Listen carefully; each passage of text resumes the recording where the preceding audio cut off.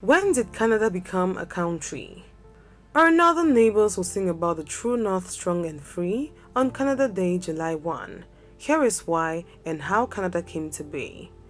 As July 4th rolls around again, Americans' thoughts are likely to turn to stars and stripes, US history, and of course a long weekend. Most Americans are pretty familiar with the origin story of the United States, but how about the origin story of their upstairs neighbor, which also hosts a national celebration, Canada Day, in early July? If you're new here, welcome. Please do well to subscribe and turn post notification so you don't get to miss out on any of our subsequent videos. The Great White North.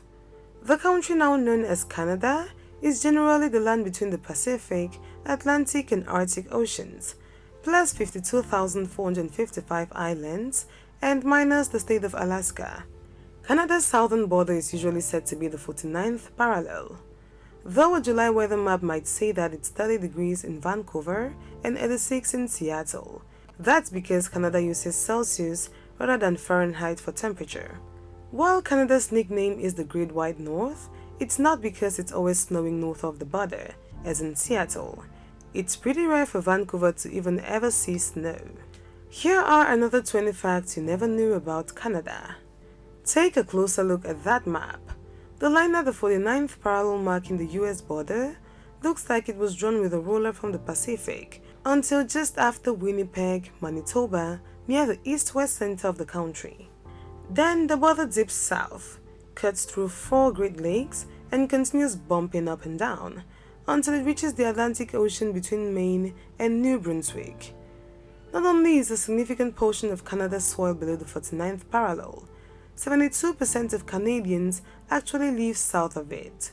So how did this huge portion of the sometimes snowy land become Canada, the second largest country in the world? The first peoples.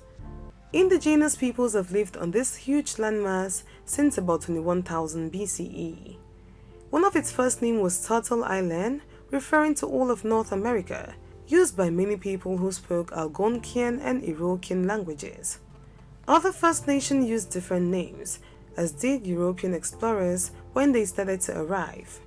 Though they were the first peoples, they had no say in the decisions that eventually formed the country of Canada from their lands.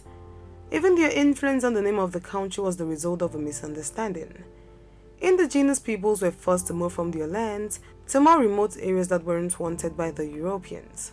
This is one of the reasons that, as Canadian geography describes, there's not a single indigenous culture group that is wholly contained within Canada's borders. The first Europeans in Canada. Only indigenous people lived in what is now called Canada until the 11th century. That's when the first Europeans arrived, the Vikings. They built a settlement in what is now the province of Newfoundland and Labrador and called it Vinland, meaning wine land. The area is now a UNESCO World Heritage Site, Lands aux Meadows. Later, English and French explorers came. John Cabot, an Englishman of Italian origin, arrived in 1497 and claimed Newfoundland for England. In 1534, French explorer Jacques Cartier sailed into the Gulf of St. Lawrence. Thinking they had arrived in the East Indies, these early explorers called the people they met Indians. The name they used for the land was eventually Canada. The name Canada is based on a misunderstanding. The first time the word Canada was used to refer to a specific geographical entity was in 1535 by Jacques Cartier, the French explorer who later claimed the land as property of France. Cartier had earlier met an Iroquois chief, Donnacona, and had taken 2 of his sons to France. When they returned with Cartier, the 2 acted as his guides. They explained to Cartier how to get to the village of Stadacona, which is now Quebec City, and used the Huron-Iroquois word Kanata, which means a settlement or a village. Cartier misunderstood both the pronunciation and the meaning of the word. He thought the word was Canada and took it to mean the specific area of land that was under Donnacona's authority, rather than the generic word for settlement. Greater and greater areas called Canada. Cartier and other European explorers used the word Canada to describe increasingly larger areas of land. Early in the 18th century, Canada was one of the names for all the French-controlled lands in North America, as far south as Louisiana and west to the American Midwest. The lands that became Canada as well as parts of the United States were fought over by France and England for decades. In 1759, the British won a battle on the Plains of Abraham, now a historic site in Quebec City. With the 1763 Treaty of Paris, France ceded their colony, and Canada became an English possession. A few years later, in 1776, 13 British colonies south of Quebec declared independence from Great Britain and formed the United States. Canada was first used in an official way in 1791, with the naming of the colonies of Upper Canada and Lower Canada. In 1841, the two were united into the province of Canada. On July 1, 1867, the country called the Dominion of Canada was formed from New Brunswick, Nova Scotia, and the province of Canada. Next to join Canada was Manitoba and the Northwest Territories in 1870, British Columbia in 1871, Prince Edward Island in 1873, Yukon in 1898, and Alberta and Saskatchewan in 1905. 82 years after Confederation, the last to join was Newfoundland, now called Newfoundland and Labrador, in 1949.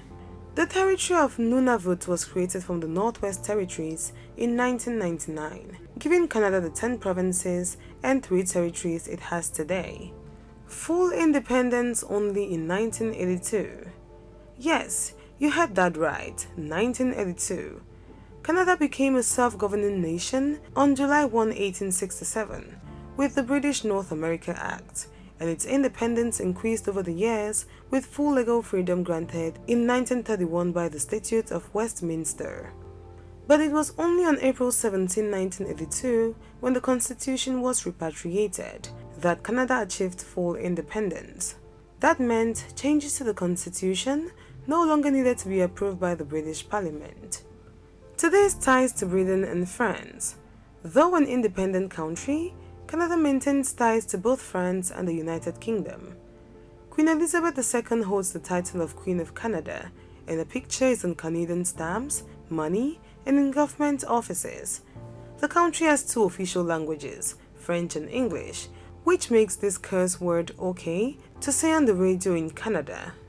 Canada is also one of the 88 members of La Francophonie and one of the 54 members of the Commonwealth of Nations, respectively about 12 and 25% of the world's population. In Singapore in 1971, Commonwealth countries pledged to pursue a set of principles, including world peace, equal rights, free trade, international cooperation, and democracy, as well as to combat racial prejudice and oppression, injustice, poverty, ignorance, and disease. Canada can now pick and choose the ties it wants to maintain with its former colonizers. Indigenous self-governance. Indigenous people in Canada have had a more challenging road to independence, equal rights, and other Commonwealth principles. Long before European explorers arrived, Indigenous peoples had their own forms of government. The agreements and treaties that Europeans forged with the indigenous nations were not based on equal relationships, and colonialism eroded indigenous independence over the centuries. Canada's Constitution Act of 1982 guarantees indigenous peoples the inherent right to self-government. Negotiations to define and implement that have taken decades and continue to this day. Self-government agreements are different for each First Nation. Only 25 exist involving 43 different indigenous communities, though 50 more are in various stages of negotiation. One day, everyone who lives in what is now called Canada may proudly proclaim that they are true North, strong and free. Thanks for watching. If you did enjoy this video, please do well to subscribe, hit the like button, share with your friends, and turn on post notification so you don't get to miss out on any of our subsequent videos.